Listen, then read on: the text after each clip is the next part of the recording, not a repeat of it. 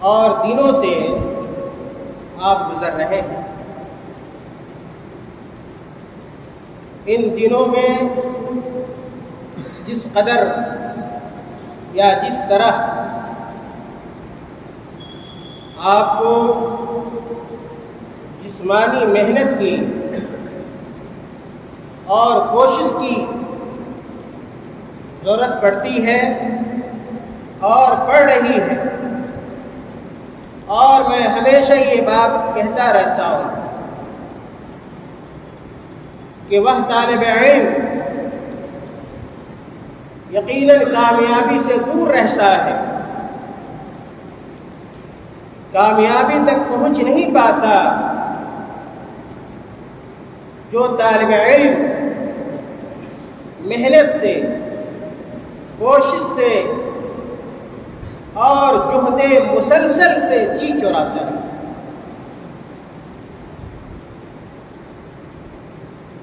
علماء کرام نے ایک اچھے طالب علم کے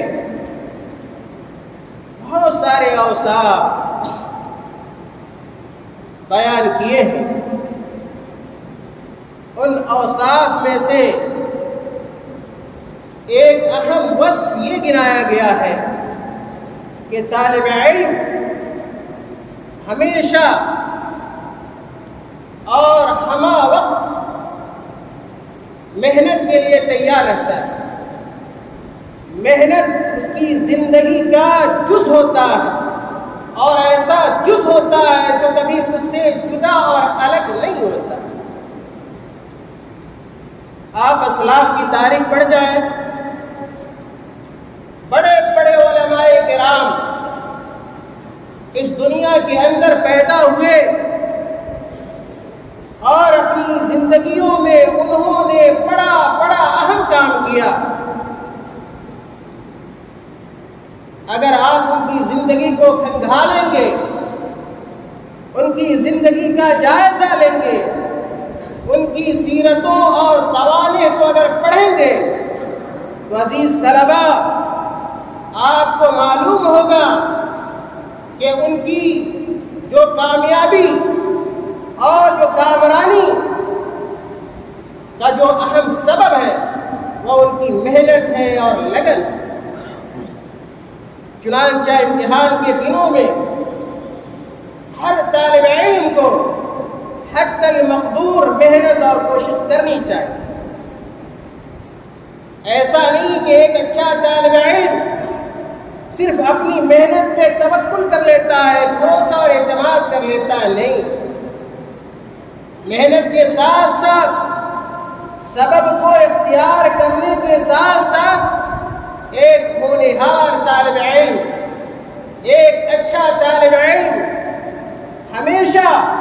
اللہ رب العالمین کی مدد اور اس کی توفیق کی بھیک مانگتا ہے، ہمیشہ اللہ رب العالمین سے دعائیں کرتا ہے۔ اس لیے کہ یاد رکھیں،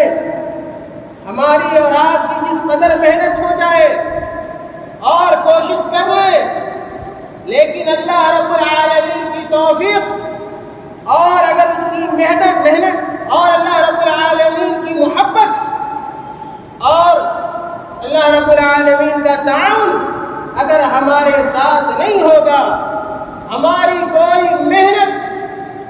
کارگر نہیں ہو سکتی۔ اس لیے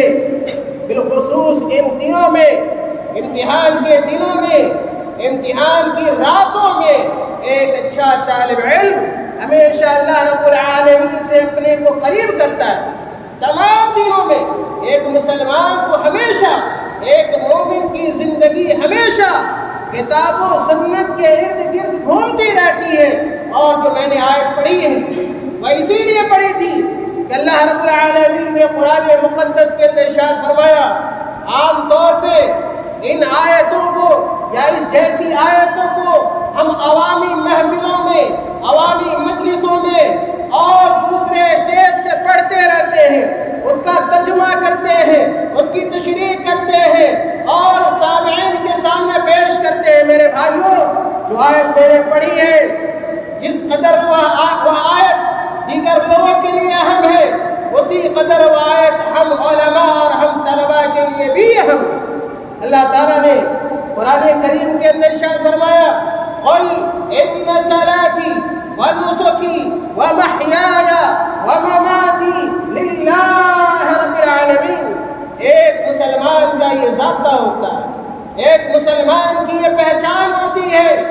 کہ وہ ہمہ وقت اللہ رب العالمین کے قریب ہوتا ہے۔ قل ان صلاتي، اللہ تعالیٰ نے کہا کہ اے نبی اکرم صلی اللہ علیہ وسلم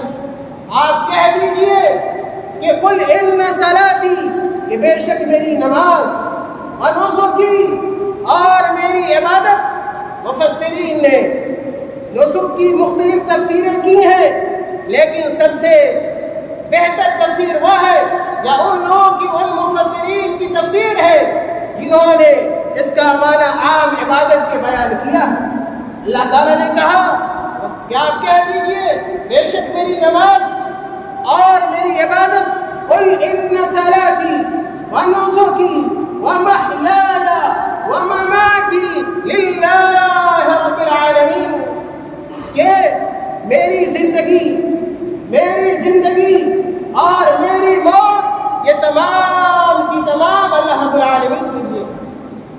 جو بھی میں نماز پڑھ رہا ہوں اس کے اندر بھی اخلاص ہونا چاہیے، دکھاوا نہیں ہونا چاہیے، نمود نہیں ہونا چاہیے، ریاکاری نہیں ہونی چاہیے، نہیں۔ عبادت کی قبولیت کے لیے بنیادی شرط اخلاص ہے، اور جس عبادت کے اندر اخلاص کی صفت نہ پائی جائے میرے بھائی یاد رکھنا وہ عبادت بے سود ہے، بیکار ہے، رائگاں ہے، اور ایسی عبادتوں کی اللہ رب العالمین کو چندہ ضرورت نہیں۔ اور آپ کو اسی ضمن میں یہ بات بھی یاد رکھنی چاہیے کہ آپ طلباء ہیں، آپ طالب علم ہیں، اور اہل علم کا قول ہے کہ یہ علم عبادت ہے، چنانچہ عبادت کے اندر بھی اس علم عبادت ہے، چنانچہ اس کے اندر بھی اخلاص ضروری ہے۔ ہم علم حاصل کرتے ہیں، بہت سارے لوگ، بہت سارے طلباء، ان کا مقصد یہ ہوتا ہے کہ ہم کسی جامعہ کے اندر، کسی مدرسے کے اندر داخلہ لے لیں، ایڈمیشن لے لیں اور سرٹیفکیٹ حاصل کر لیں، شہادہ حاصل کر لیں، علم برائے علم حاصل کرتے نہیں۔ میرے بھائیوں، علم برائے عبادت ہونی چاہیے، علم برائے اصلاح ہونی چاہیے، تب جا کے ہم اپنے مقصد میں سچے اور کامیاب ہو سکتے ہیں۔ یہ نہیں کہ ہم نے اگر بخاری شریف اگر ہم نے حفظ کر لیا،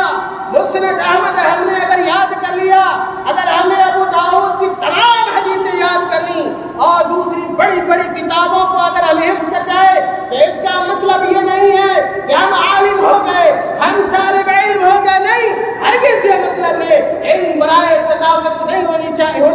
چاہیے، بلکہ علم کا اصل جو مقصد ہے اللہ رب العالمین نے بھی قرآن کریم کے اندر بیان کیا۔ اللہ تعالیٰ نے کہا قرآن کریم کے اندر لقد من اللہ علی المؤمنین اذ بعث فیہم رسولا،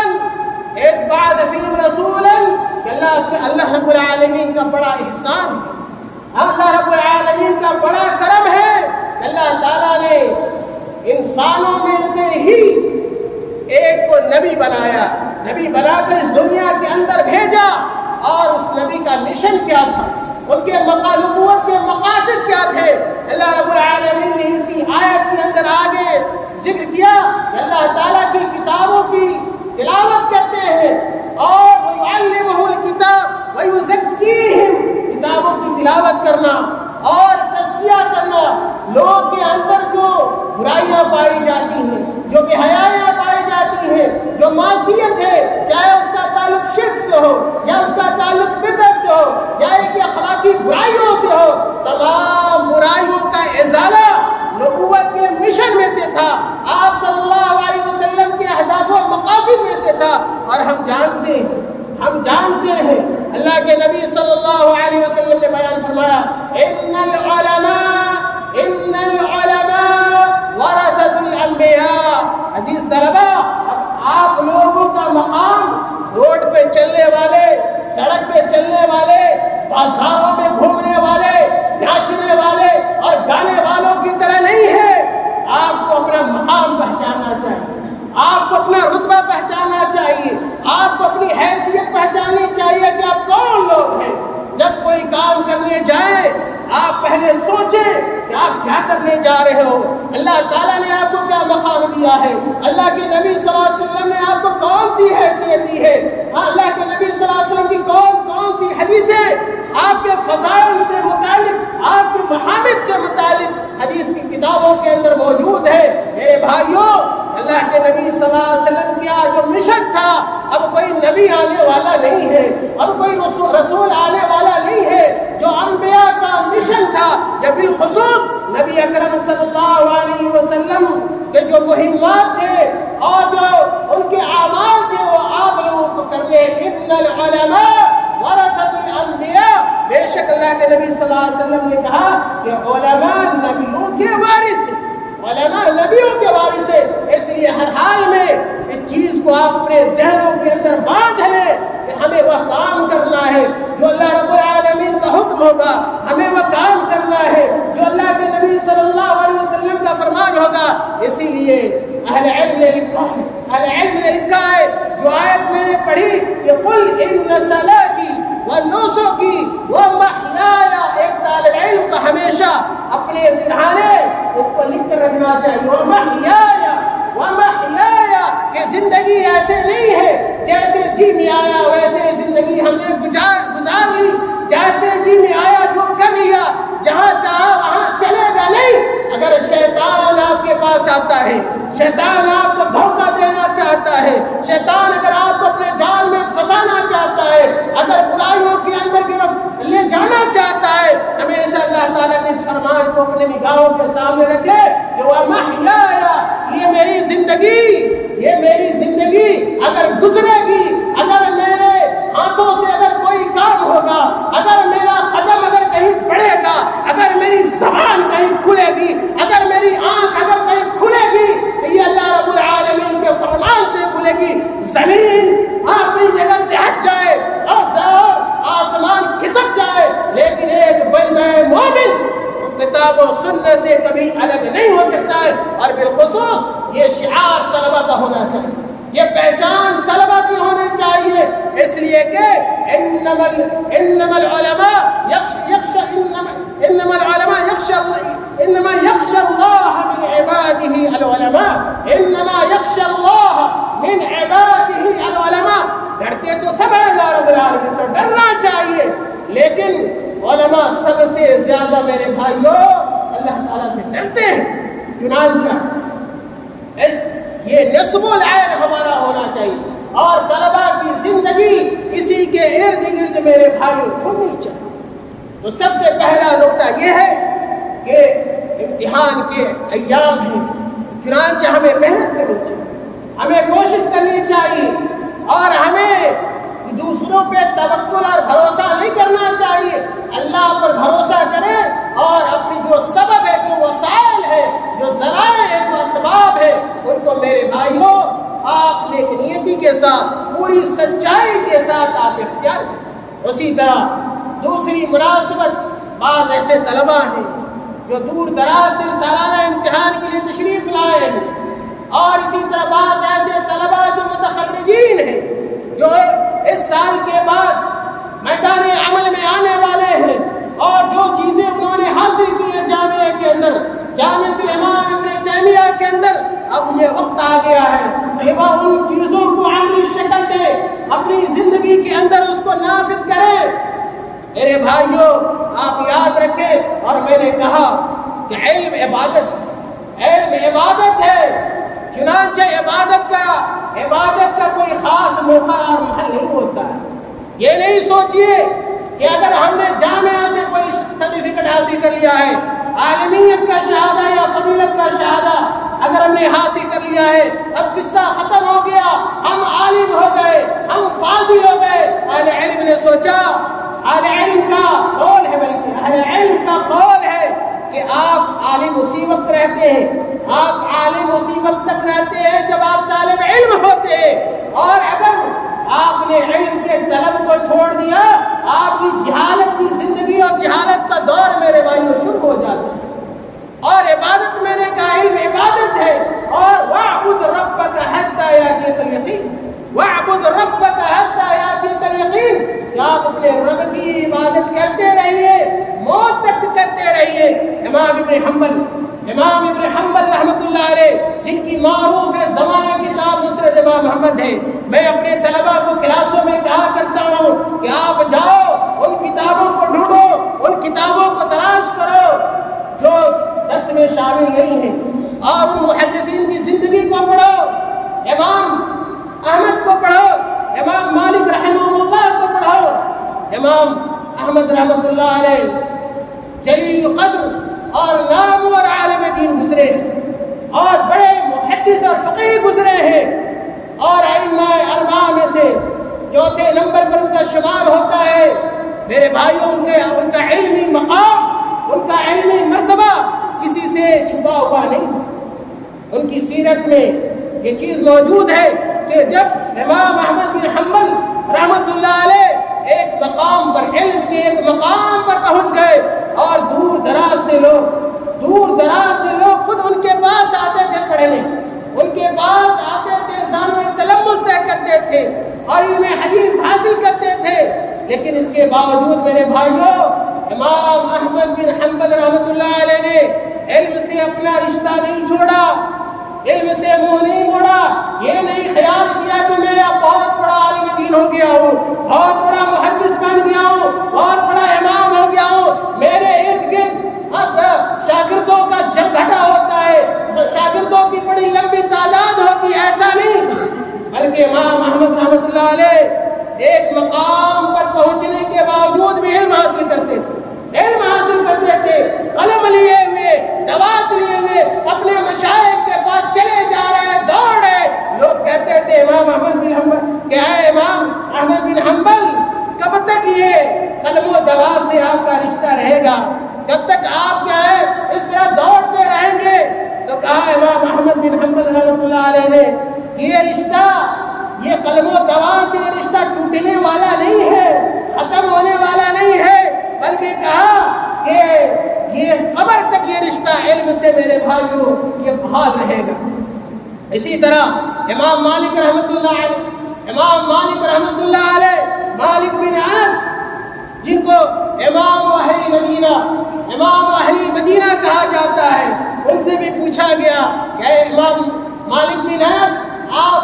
کب تک علم حاصل کرتے رہیے گا؟ کہا الی الممات انشاءاللہ، الی الممات انشاءاللہ، کہ مرتے دم تک علم کا رشتہ یہ قائم رہے گا، اور علم کا سے میرا رشتہ یہ باقی رہے گا۔ میرے بھائیوں، خلاصہ یہ ہے کہ علم آپ جس قدر محنت کریں گے، جس قدر آپ اپنا وقت لگائیں گے، اسی قدر اللہ رب العالمین آپ کو علم سے مالا مال کرے گا۔ میں نے ایک حدیث پڑھی تھی، اللہ کے نبی صلی اللہ علیہ وسلم علم کے فضائل سے متعلق بے شمار حدیثیں جو کتب حدیث کے اندر موجود ہے، بے شمار آیتیں موجود ہیں، بے شمار اہل علم کے اقوال موجود ہیں، ان تمام چیزوں کے ذکر کرنے کا میرے بھائیوں موقع نہیں۔ اللہ کے نبی صلی اللہ علیہ وسلم نے ایک حدیث کے اندر بیان فرمایا، لا حسد الا فی اثنتین، یا لوگوں یاد رکھو کہ اگر حسد کرنا ہے، حسد بمانا رشک ہے، اگر رشک کرنا ہے تو دو آدمی پر رشک کرو۔ آپ تمام طلبہ قابل رشک ہے، قابل مبارکباد ہے، بلکہ اللہ کے نبی صلی اللہ علیہ وسلم جب طلبہ سے ہو کر گزرتے، یا طلبہ کی مجلس میں جاتے، یا طلبہ آپ صلی اللہ علیہ وسلم کی مجلس میں آتے تھے، اللہ کے نبی صلی اللہ علیہ وسلم کی بانچیں کھل جاتی، آپ صلی اللہ علیہ وسلم کے چہروں پہ مسکراہٹ آشکارا ہوتی تھی، آپ صلی اللہ علیہ وسلم طلبہ کو دیکھ کر خوش ہوتے تھے اور طلبہ کو مبارکباد دیتے تھے، مبارکباد پیش کرتے تھے، اہلاً و سہلاً و مرحبا کہتے تھے، خوش آمدید کہتے تھے، یہ طلبہ کے مقام کی وجہ سے، طلبہ کی حیثیت کی وجہ سے۔ اور اللہ کے نبی صلی اللہ علیہ وسلم نے اسی حدیث کے اندر بیان فرمایا کہ طلبہ کی حیثیت کی وجہ سے، ان کے مقام کی وجہ سے اور خوشی کی وجہ سے فرشتے بھی تہبتا آج سر جوڑ کر سمائے دنیا تک میرے بھائیوں پہنچ جاتے ہیں۔ یہ آپ کا مقام ہے۔ تو اللہ کے نبی صلی اللہ علیہ وسلم نے کہا کہ لا حسد الا فی اثنتین، رجل آتاہ اللہ مالا، وہ مالدار شخص قابل رشک ہے جس کو اللہ تعالیٰ نے اگر مال دیا ہے تو مال کو خیر کے کاموں میں صرف کرتا ہے، استفسار کرے گا۔ اللہ کے نبی صلی اللہ علیہ وسلم نے کہا کہ وہ مالدار آدمی قابل رشد ہے جس کو اللہ تعالیٰ نے اگر مال دیا ہے تو راہ حق میں، راہ خیر میں اس پیسے کو لگاتا ہے۔ اسی طرح وہ آدمی قابل رشد ہے جس کو اللہ تعالیٰ نے اگر علم و حکمت سے نوازا ہے تو وہ اس کے ذریعے اگر وہ حاکم بنتا ہے، اگر وہ قاضی بنتا ہے، اگر وہ جج بنتا ہے تو صحیح طور پہ لوگوں کے مابین فیصلے کرتا ہے، کتاب و سنت کے مطابق لوگوں کو حکم دیتا ہے۔ وَيُعَلِّمُهَا، اور اللہ کے نبی صلی اللہ علیہ وسلم نے کہا کہ علم کو اپنے تک وہ محدود نہیں رکھتا بلکہ علم کو کی نشر و اشاعت کرتا ہے۔ یہ بہترین موقع ہے کہ جامعہ میں اگر چھٹی ہوتی ہے رمضان کی مناسبت سے، میرے بھائیوں عزیز طلباء سنو کہ آپ طالب علم ہو اور آپ داعی بھی ہو، داعی اللہ بھی ہو، جو کچھ آپ نے جامعہ کے اندر حاصل کیا ہے، علم آپ نے حاصل کیا ہے، علم کا سرمایہ آپ نے جمع کیا ہے، آپ اس کو اللہ کے راستے میں خرچ کرو۔ کنتم خیر امت اخرجت للناس تأمرون بالمعروف وتنہون عن المنکر وتؤمنون باللہ، یہ آپ کا شعار ہونا چاہیے۔ ایسا نہیں کہ آپ اگر شرک کے بارے میں جانتے ہیں اور ایک مشرک کو اس کے گناہ میں لپٹ پا رہے ہیں، گناہ میں ملوث ہے، اگر آپ خاموش رہتے ہیں، آپ سن لیجئے اللہ کے نبی صلی اللہ علیہ وسلم نے کہا القرآن حجت لک او علیک، یہ صرف قرآن کے معاملے ہی میں نہیں ہے بلکہ ایک قاعدہ ہے۔ اس قاعدے کو یاد رکھیے کہ جو بھی خیر اگر آپ حاصل کرتے ہیں اور اگر دوسروں تک نہیں پہنچاتے ہیں، اس کے حقوق و فرائض کو اگر آپ ادا نہیں کرتے ہیں تو آپ کے لیے وہ چیز وبال جان بن سکتی ہے۔ تو اگر آپ نے علم حاصل کیا ہے، توحید کا علم حاصل کیا ہے، اگر آپ نے سنت کا علم حاصل کیا ہے، اگر آپ نے اخلاق کا علم حاصل کیا ہے، اگر آپ نے پڑوسی کو حقوق معلوم کیے ہیں، اگر آپ نے نماز کے بارے میں علم حاصل کیا ہے، زکات کے مسائل جانے ہیں، روزے کے مسائل جانے ہیں، تو ادعو الی سبیل ربک بالحکمۃ والموعظۃ الحسنۃ وجادلھم باللتی ہی احسن۔ آپ اپنے گھروں کو جائیں، رمضان کا مہینہ آئے تو آپ مسجدوں میں درس دیں، مسجدوں میں واعظ کریں، قرآن کا ترجمہ بیان کریں، قرآن کی تفسیر بیان کریں اور لوگ کے سامنے علوم و معارف کے بیش بہا خزانے لٹائیں۔ یہ آپ کے لیے صدقہ بھی ہوگا، آپ کے لیے خیر و برکت کا ذریعہ بھی ہوگا، اور اللہ رب العالمین آپ کے محنت کو ضائع اور برباد نہیں کرے گا بلکہ اس کے بلبوتے اللہ رب العالمین مزید علم سے اللہ تعالیٰ آپ کو نوازے گا۔ چنانچہ انہی باتوں پہ میں آج کی بات کو ختم کرتا ہوں اور اللہ تعالیٰ سے دعا کرتا ہوں اللہ تعالیٰ ہمیں اور آپ کو نیک اعمال کی توفیق عطا فرما دے، اللہ تعالیٰ ہمیں علم کے زیور سے آراستہ و پیراستہ کر دے، اللہ تعالیٰ ہمیں سلف کے طریقے پہ قائم و دائم رکھے جب تک اللہ تعالیٰ اس دنیا کے اندر زندہ رکھے، اسلام پر قائم و دائم رکھے، جب ہمارا خاتمہ ہو ایمان پر ہو۔ وآخر دعوانا الحمد للہ رب العالمین۔ إن الحمد لله نحمده ونستعينه ونستغفره ونعوذ بالله من شرور أنفسنا ومن سيئات أعمالنا، من يهده الله فلا مضل له ومن يضلله فلا هادي له، وأشهد أن لا إله إلا الله وحده لا شريك له، وأشهد أن محمدا عبده ورسوله۔ اللهم صل على محمد وعلى آل محمد كما صليت على إبراهيم وعلى آل إبراهيم إنك حميد مجيد۔ اللهم بارك على محمد وعلى آل محمد كما باركت على إبراهيم وعلى آل إبراهيم إنك حميد مجيد۔ إن الله يأمر بالعدل والإحسان وإيتاء ذي القربى وينهى عن الفحشاء والمنكر والبغي يعظكم لعلكم